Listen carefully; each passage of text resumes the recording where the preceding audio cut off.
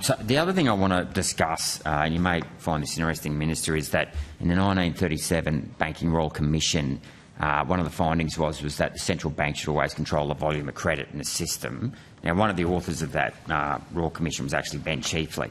Now, that was actually overturned in 1985, where another Labor Prime Minister, well, Treasury at the time, but Labor became Prime Minister, Paul Keating lifted all capital controls. So we've had inflation, like we had foreign debt held by the four major banks inflate from $8 billion to $800 billion, which has mainly been lent against housing, which has inflated house prices, not relative to income. Well, relative to incomes.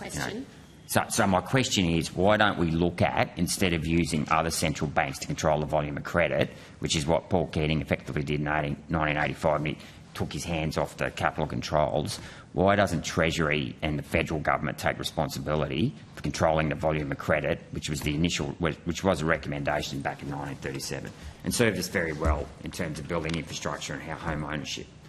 That's a very, very large and complex question, Senator. What I would say can I just say it's a very important one, and it goes to the nub of why we've had a decline.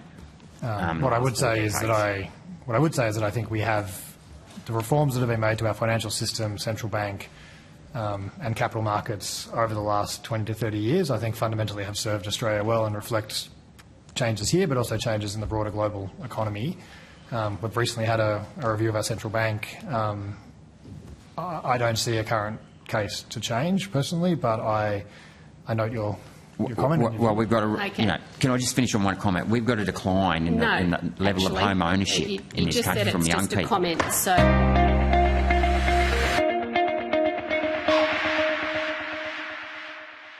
Authorised G. Rennick People First Chermside.